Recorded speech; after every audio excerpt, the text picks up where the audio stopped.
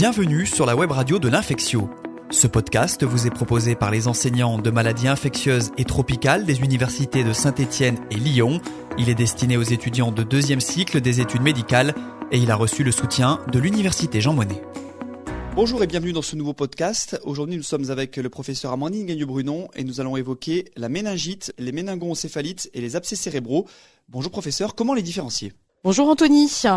Alors, pour différencier méningite, méningoencéphalite, abcès cérébral, déjà il faut revenir aux définitions. Une méningite, c'est une inflammation donc dans l'espace méningé.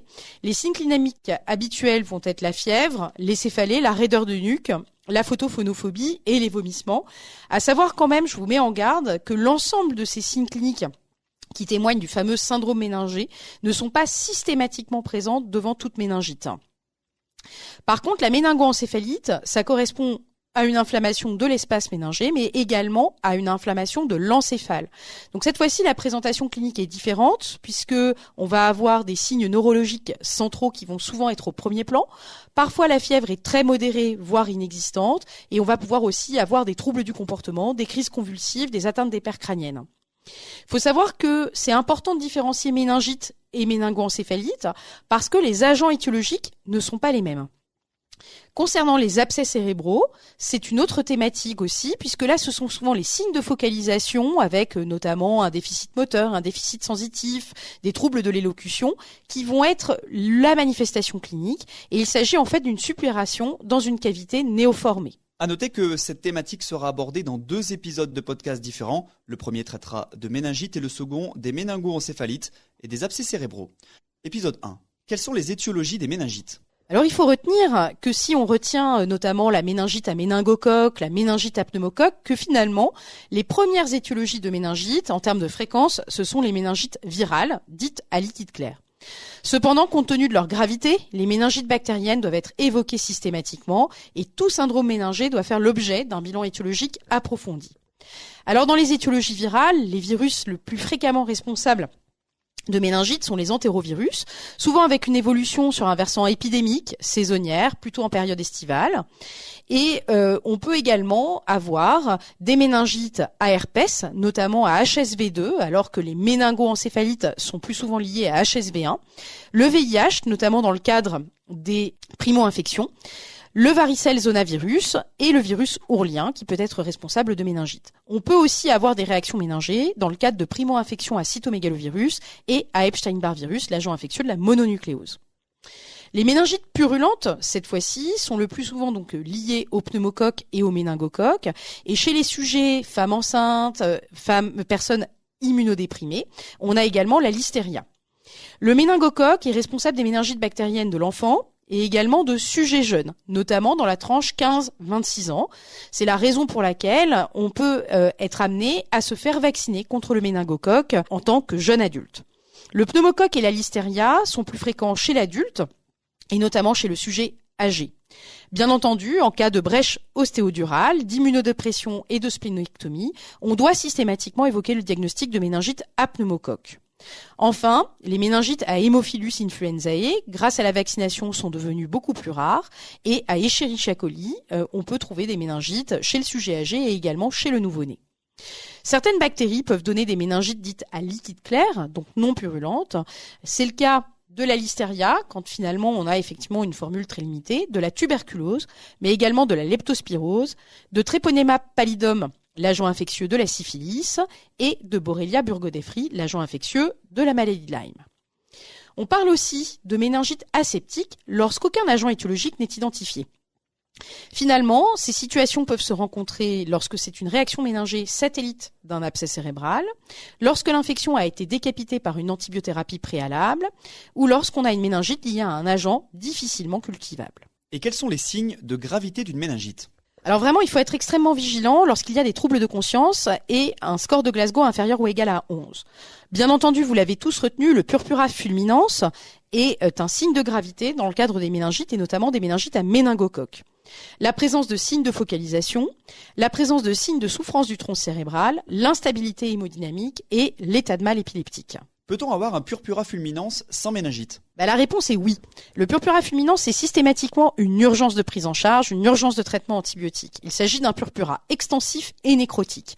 En fait, il est souvent le témoin d'une méningoxémie, c'est-à-dire d'une bactériémie à méningocoque.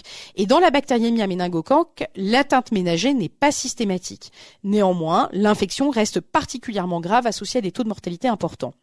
Ce purpura fulminans est souvent associé à une CIVD, coagulation intravasculaire disséminée, et peut se rencontrer, mais moins fréquemment, dans les méningites à pneumocoque.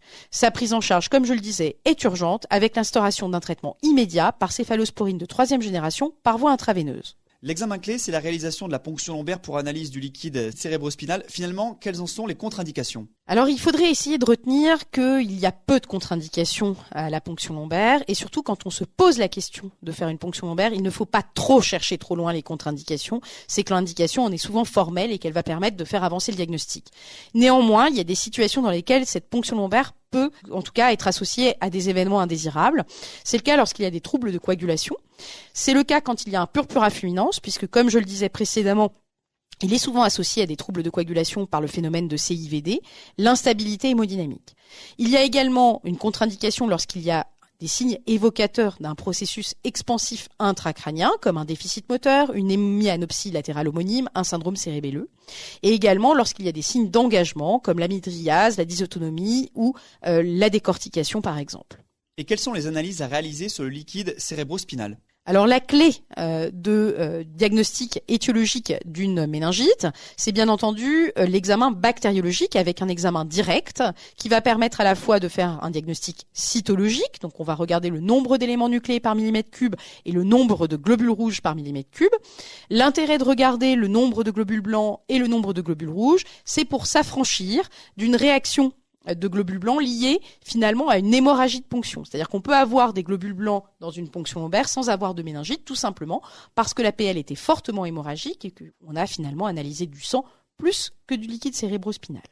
Il est important aussi de réaliser une analyse biochimique avec la mesure de la protéinorachie et de la glycorachie.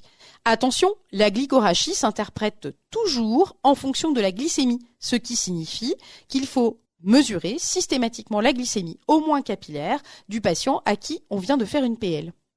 La lactatorachie, également, dans les paramètres biochimiques, on va mettre en culture ce liquide cérébrospinal pour les cultures microbiologiques et on peut également réaliser des PCR spécifiques, notamment pour le méningocoque, mais aussi maintenant le développement de PCR dites multiplex qui vont aller screener les différents agents étiologiques de méningite. Et les PCR aussi entérovirus, puisque je vous ai dit que c'était les méningites virales les plus fréquentes. Et finalement, quels sont les paramètres d'un liquide cérébrospinal normal ? Alors, c'est un liquide clair comme de l'eau de roche, avec moins de 5 éléments nucléés par millimètre cube.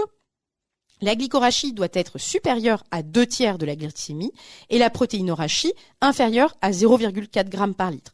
À savoir que le diabète ou les crises convulsives augmentent la protéinorachie sans forcément qu'il y ait d'inflammation méningée associée. Quels autres examens réalisez-vous ? Alors systématiquement des hémocultures, une numération formule plaquettaire, un ionogramme sanguin, un bilan de coagulation avec TP-TCA fibrinogène. Et éventuellement, lorsqu'il y a une contre-indication neurologique à la ponction lombaire, la réalisation d'un scanner cérébral avec injection de produits de contraste.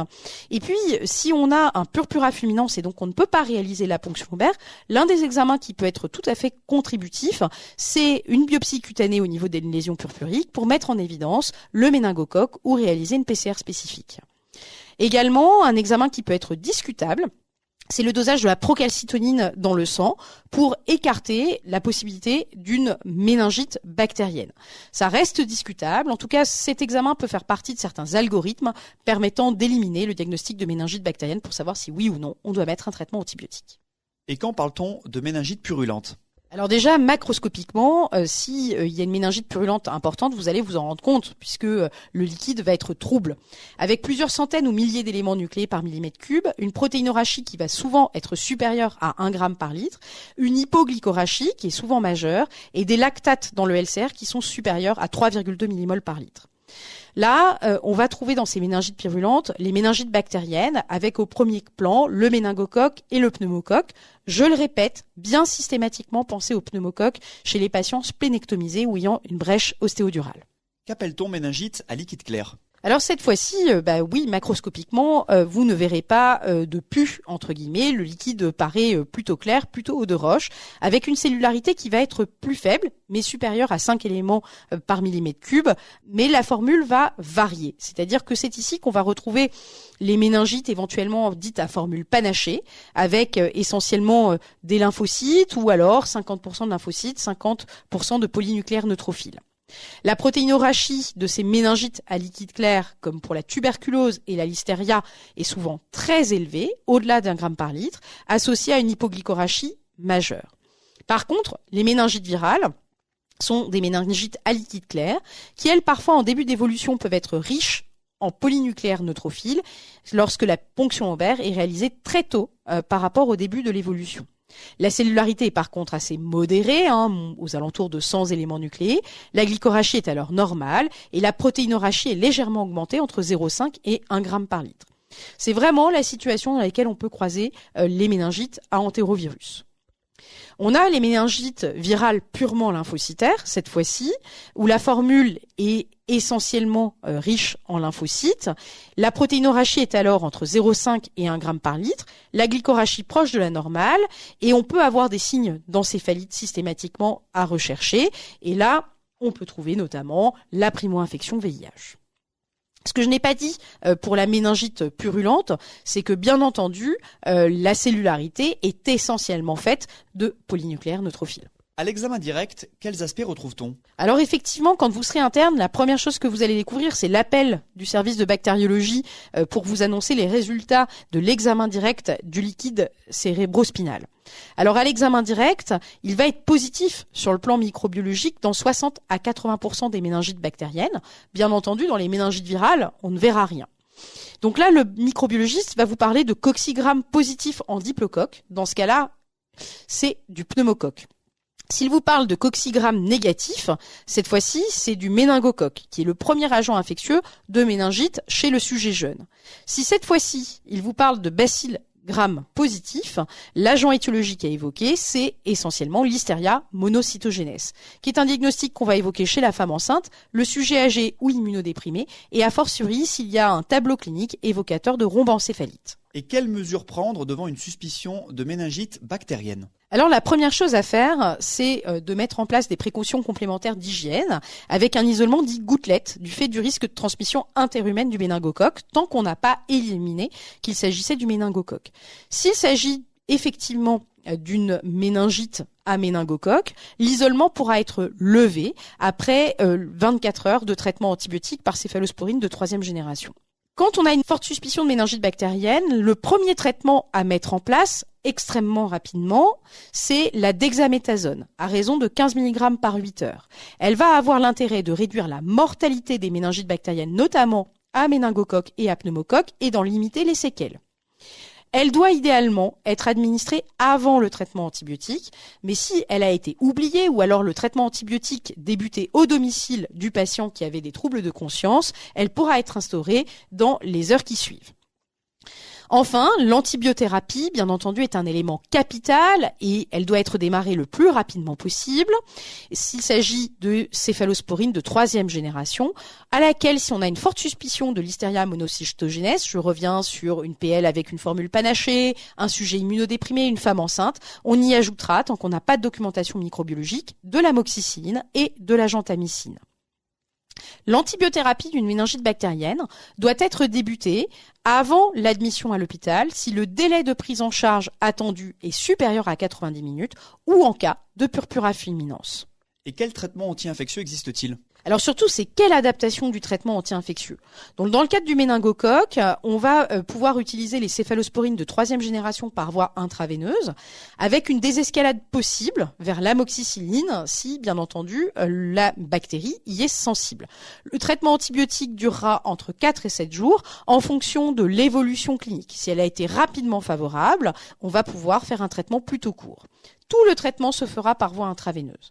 Concernant le pneumocoque, on va privilégier les céphalosporines de 3e génération et si le pneumocoque est bien sensible à l'amoxicilline, on pourra relayer par l'amoxicilline. toujours, pendant toute la durée du traitement, le traitement se fera par voie intraveineuse. Et ce traitement va durer entre 10 et 14 jours, avec toujours le même argument pour choisir la durée de traitement, évolution rapidement favorable, traitement plutôt court, évolution lentement favorable, traitement plus prolongé. Concernant la listeria, une première semaine de traitement sera réalisée avec de l'amoxicilline par voie intraveineuse, associée à de la gentamicine, puis un relais par amoxicilline, mais toujours par voie intraveineuse, pour 14 jours qui suivent. Chez le patient allergique, on va préférer le cotrimoxazole. Le traitement de la méningite tuberculeuse, dont j'ai peu parlé dans cet épisode de podcast, repose bien entendu sur une quadrithérapie antituberculeuse pendant 12 mois, associée à une corticothérapie, puisque dans les premiers temps de mise en route d'un traitement antituberculeux pour une méningite, il y a un risque fort d'hypertension intracrânienne. Concernant les méningites virales, le traitement dépendra de l'agent infectieux identifié. Une primo-infection VIH qui serait mise en évidence sur une méningite nécessitera, comme toute primo-infection VIH, un traitement antirétroviral urgent.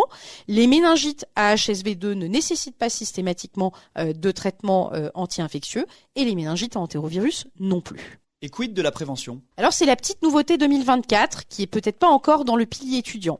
La vaccination méningocoque pour les nourrissons devient maintenant obligatoire avec le vaccin quadrivalent ACYW135 et on introduit également comme vaccination obligatoire le vaccin contre le méningocoque B pour les nourrissons.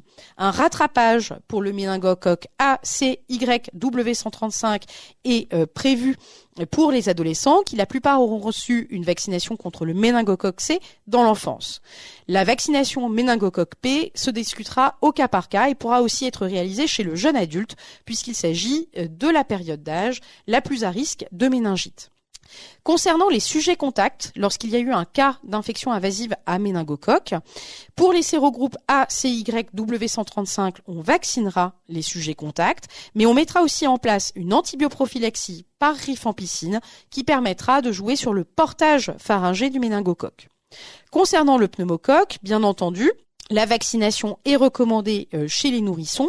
Aujourd'hui, avec l'arrivée d'un vaccin conjugué couvrant 15 sérotypes, et bien entendu, il faudra aussi prévoir chez les adultes à risque, donc les sujets immunodéprimés, les patients splénectomisés, l'utilisation, selon les schémas spécifiques dans le cadre de l'immunodépression, d'un vaccin conjugué à 20 valences qui vient d'arriver. Merci professeur Amandine Gagneux-Brunon. On se retrouve très vite dans un second épisode où nous évoquerons les méningoencéphalites et les abcès cérébraux. Merci beaucoup. Ce podcast est un complément à l'ouvrage de référence du Collège des enseignants de maladies infectieuses et tropicales, le PI étudiant.